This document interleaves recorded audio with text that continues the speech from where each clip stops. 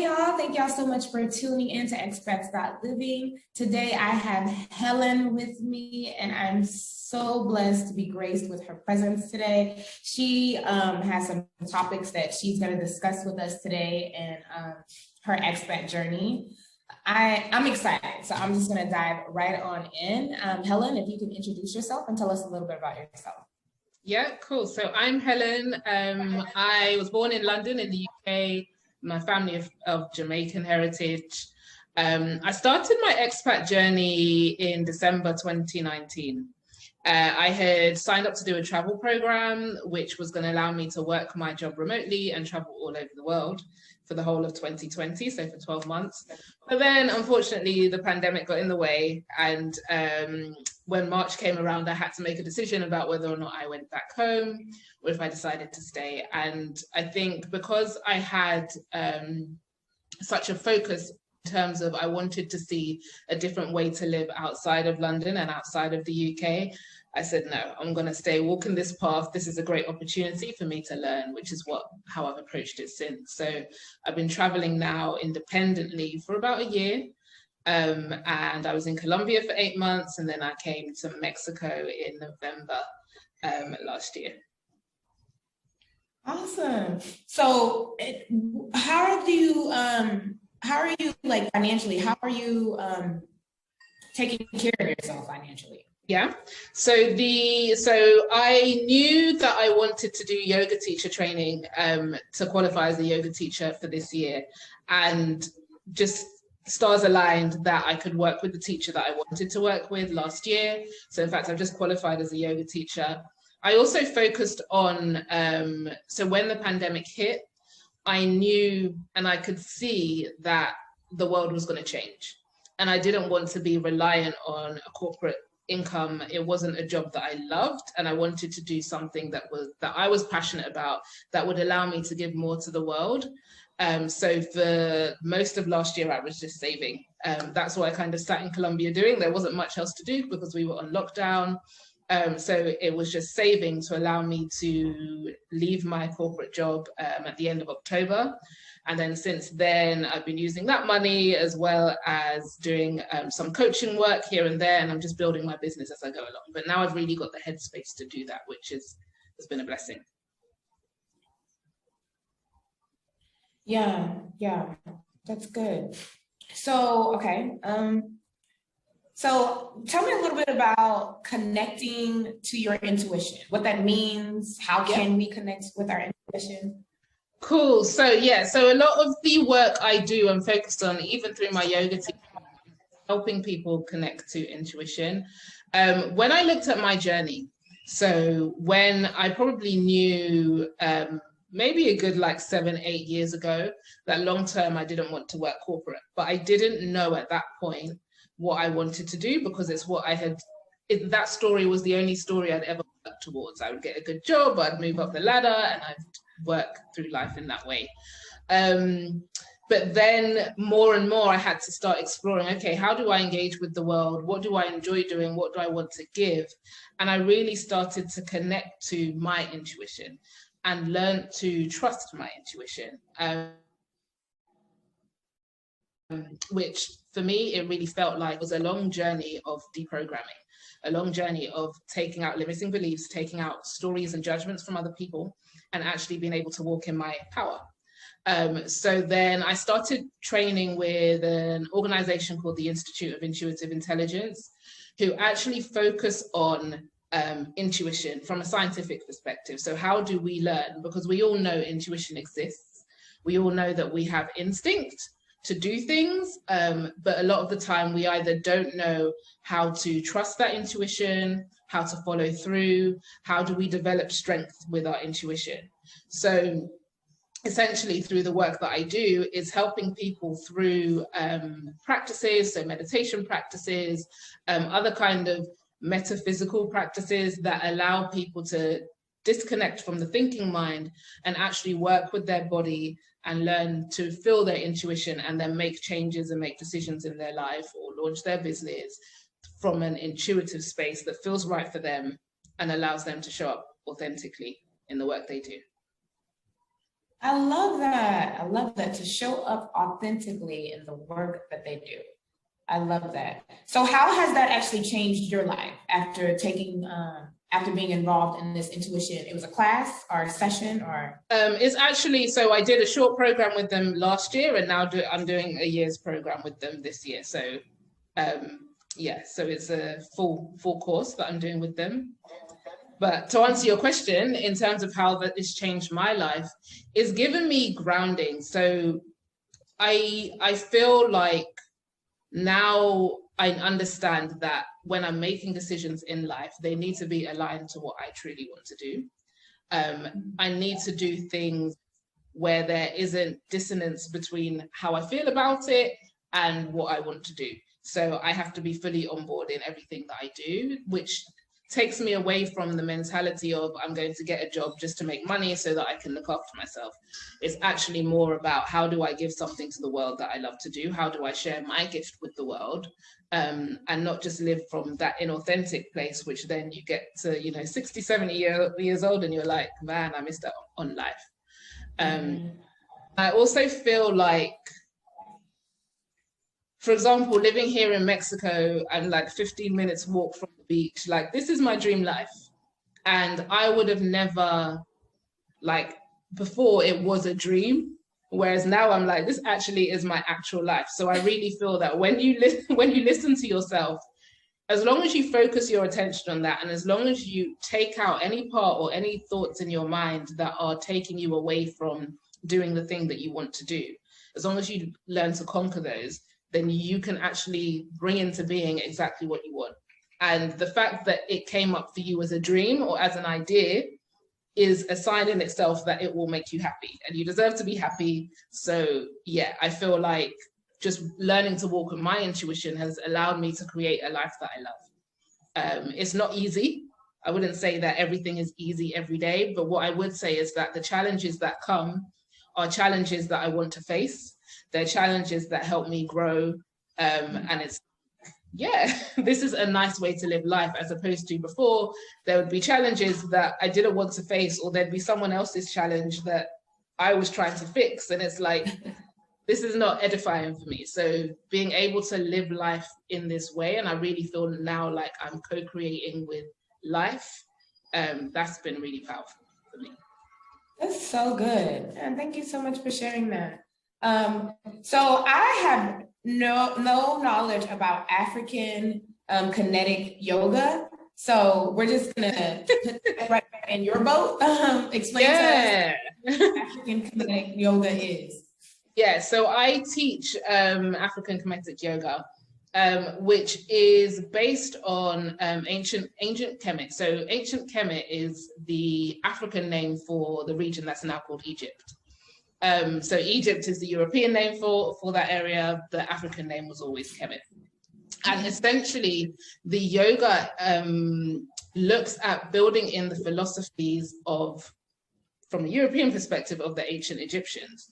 So based on the carvings, based on the teachings, and we all know that when it comes to the pyramids and the temples that are in Egypt, we know that there was a big source of intelligence in that area, and amongst those people, there were scholars, there were philosophers, and these people went on to share with the Greeks and the Asians, and it was a highly renowned place for people to go and study. And essentially the yoga is based on those philosophies and those teachings. So it does align with some of the teachings that you'll see in, say, Indian yoga, but there's also philosophies that are very unique to ancient Kemet, which are all about how you embody all that you have to give to the world, how you embody your higher self, and how you move your focus of attention away from the outer world and into your inner world as a creator, because essentially it's you are creating the life that you live. And if you learn to tap into all of your power, you can create it from an aligned and authentic place, which aligns quite well with the intuition work that I do too. Awesome. That's good. So it's not African kinetic, it's actually African Kemetic. Okay. Yeah. And you said that Egypt is actually called Kemetic? Kemet, K-E-M-E. Okay, awesome. I did not know that at all. Okay, I love that. I love how everything that you're speaking about is just being true to your authentic self. I'm really Exactly. because I believe that being fake, I didn't know that this was something that was outside of America or corporate America, but corporate America and United States of America were really big on putting on a face. It's just something that we've become accustomed to. Like, you know, you check your problems at the door, which is you become a fake person, right? Yeah. So I get what the reason why they implemented that rule, because they want you to take care of business, but it's also you've created an environment where I am used to not being my authentic self. And it's become a way of life. And it's very hard to tap out of that when you've been raised in that. So I thoroughly enjoy that you're seeking this, you're diving deep in this, and then you're teaching this and also coaching this, I assume, as well, right? Yes, yeah, exactly. Because it's when I think of the world and the kinds of problems that we have in the world, I believe that in their hearts of hearts, all humans are good. They get confused along the way, they get distracted, they get programmed, they get taught the wrong things. But I actually think that we all have divine intelligence inside of us. And people don't know how to tap into it. And some people, you could be a conspiracy theorist and you can say, well, we're taught not to, or da, da, da. However we got to this place, we're at a place now where a lot of people live inauthentic lives. And you only get one life. And I never wanted to be the kind of person that I get to 60 or even to 40. And if someone says to me like, oh, you can have a year off work. And I'm like, but I don't know what to do with myself. Because literally you don't know how to live as yourself. You just learn how to live as that role that you're playing in life. And I feel like if people learn to do that, then the world just would be a better place. We would connect to each other with empathy. We would be good listeners. We would eat well. We would do everything in line with how we're supposed to do it without it being a big effort, because it just makes sense to your body when you are listening to your body. So good. Even then eat well. How many times have we said, oh, I can't cook. I don't have time to cook. I don't have time to go to the grocery shopping, so I'm just gonna go get something unhealthy. Exactly. How that plays into me not being my authentic self. Like right. I'm literally adapting to a busy world, not even knowing how it's causing me not to live authentically. Oh my goodness, that was rich. I'm glad I'm recording. But then really that's how disease manifests and illness manifests, because we're literally not taking care of ourselves. And it's normal not to, you know? It's normal not to take care of ourselves. Wow. Okay, so talk to me a little bit about diversity in yoga. Yeah, so the reason that I chose to study African Kemetic Yoga was because it's different. So I'm the kind of person that if something is different, I'm going to run towards it, as opposed to be like, no, we don't do that. Indian yoga, I love. I've been practicing Indian yoga for years, and I have a lot of respect for the philosophies. But the Kemetic yoga connected me to a different side of my heritage, because it comes from Africa. And I believe that a lot of people in the African diaspora can shy away from African things, or they're not taught to really, they don't know the power of the teachings that have come out of Africa, or they're taught that, you know, that things are dangerous or things like that. And I wanted to bring more diversity to the yoga conversation. So basically, as a Black person, you may look at yoga and say, that isn't for me, that's for the skinny girls in California, or something like that, where I want my students, and they can be Black, they can be white, they can be anyone, but I want them essentially to feel comfortable in the yogic space, which is why I've also learned Hatha yoga, which is more closely aligned to the Indian perspective, but then I wanted to bring in this African perspective to bring out more appeal to a more diverse audience, particularly when it comes to the diaspora and the kind of problems that we face. I think a lot of that comes from us living in a reality that wasn't designed for us, and we don't necessarily know how to live outside of that reality. And yoga connects you to your body and gets you moving out of your fixed mind into kind of the more subconscious levels of your mind, to be able to actually draw from other information and create a life that you enjoy, or release stress, and all those kind of things that I think we suffer from, which tends to then go on and reflect in our health and things like that. I think if we had more of a connection to yoga, then we would see a lot of benefit from it. So I wanted to be able to bring that to the Black community as well. Yes, I love that. This is just some deep stuff. Like, I don't know if I was ready for all of this.